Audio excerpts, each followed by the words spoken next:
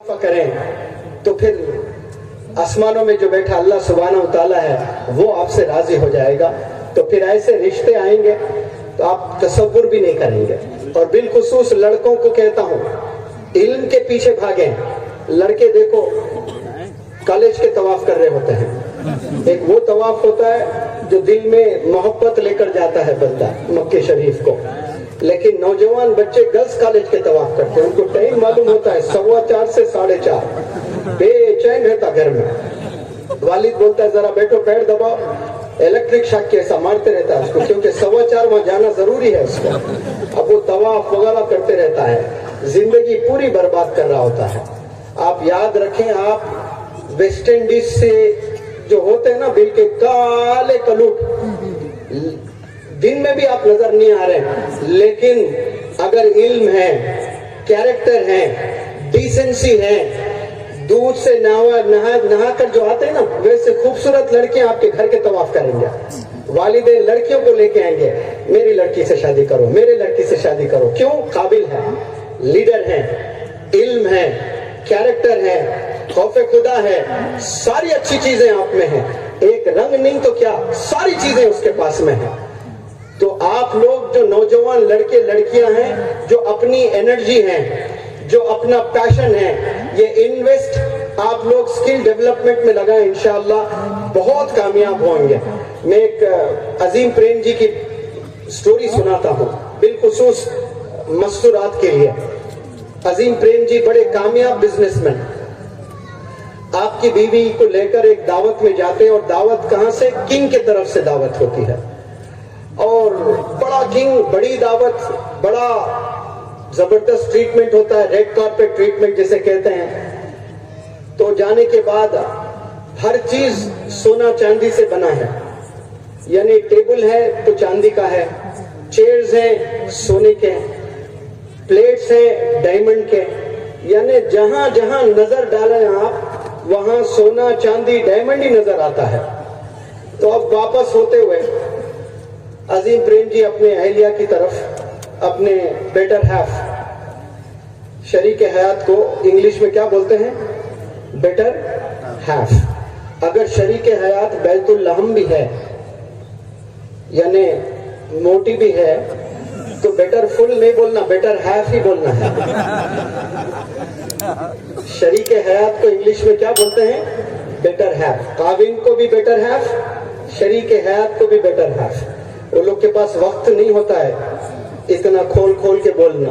Uncle بولے پورے رشتے آ جاتے ہیں اس میں, یا خالہ خالو, پھوپا پھوپھی, تایا تائی, چچا چچی, بڑے رشتے ہیں. خیر اس میں بڑی خوبصورتی بھی ہے.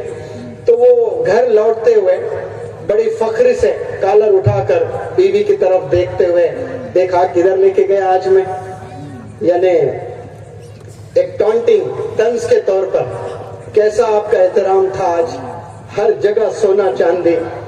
تو وہ لڑکی ماشاءاللہ یعنی آپ کی اہلیہ کیا زبردست جواب دیتی ہے. وہ کہتی ہے کہ کس فقیر کے گھر لے گئے تھے آپ مجھے آج. میں جہاں جہاں نظر ڈالتی ہوں وہاں وہاں مجھے سونا چاندی ڈائمنڈ کے علاوہ کچھ نہیں, اور میری آنکھیں تلاش رہی تھی کہ کہیں ایک پیپر کا ٹکڑا مل جائے, ایک نیوز پیپر مل جائے, ایک میگزین مل جائے, ایک کوئی کتاب مل جائے تاکہ میں پڑھوں.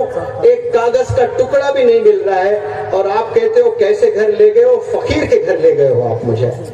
یہ سوچ ہونا چاہیے نوجوان لڑکیے, نوجوان لڑکے جتنے بھی مجھے سن رہے ہیں, یہ سوچ لے کر آپ اگر آگے بڑھو گے لائف میں تو آپ کل کے لیڈر بنو گے. ابھی مولانا حذیفہ صاحب کے ساتھ میرا انڈیا کا ٹور چل رہا ہے. مہاراشٹر میں احمد نگر میرا جانا ہوا تھا. احمد نگر میں جیل ہے, کمشنر صاحب جانتے ہیں, پتہ نہیں آپ لوگ کے پاس میں علم ہے یا نہیں ہے. اس جیل میں انڈیا کے جو سب سے پہلے پرائم منسٹر پنڈت جواہر لال نہرو جی, سردار ولبھ بھائی پٹیل جی, مولانا ابوالکلام آزاد جی, یہ سب تھے. تو اس وقت میں وہ لوگ اپنی اپنی کتابیں لکھتے تھے, دن میں, رات میں سویا کرتے تھے. تو رات میں ایک دفعہ مولانا ابوالکلام آزاد صاحب بتی جلا کر کتاب لکھ رہے تھے. تو جو بھی ڈیوٹی پر تھا نائٹ شفٹ وہ آ کر کہتا ہے کہ رات ہو گیا سونے کا وقت ہے آپ سو جائیں.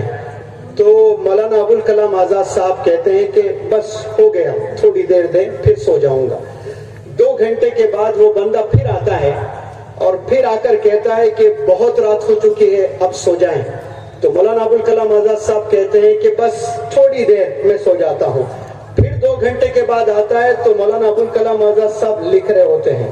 وہ تعجب سے کہتا ہے کہ پنڈت جواہر لال نہرو جی سو چکے ہیں, سردار ولبھ بھائی پٹیل جی سو چکے ہیں, آپ بھی سو جائیں.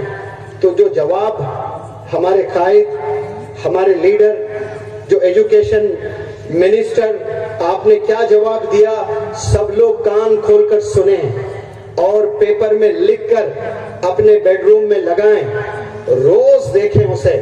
آپ نے کہا نہرو جی, سردار ولبھ بھائی پٹیل جی اس لیے سو رہے ہیں ان کی قوم جاگی ہوئی ہے, میں اس لیے جاگا ہوا ہوں میری قوم سو رہی ہے.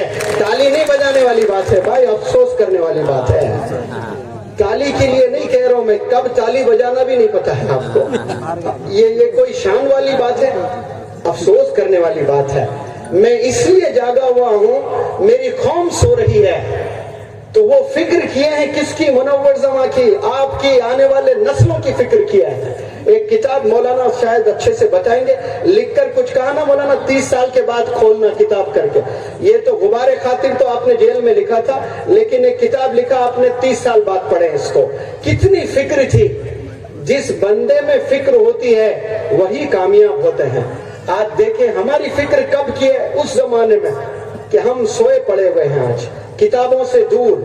آج جائیں مسلمانوں کے محلوں کو دیکھ کر بتایا جا سکتا ہے کہ یہاں مسلمان لوگ بستے ہیں. کوئی صفائی نہیں. بچپن سے ہم سنتے آتے ہیں کہ پاکیزگی آدھا ایمان ہے. ہم سنے کہ نہیں سنے؟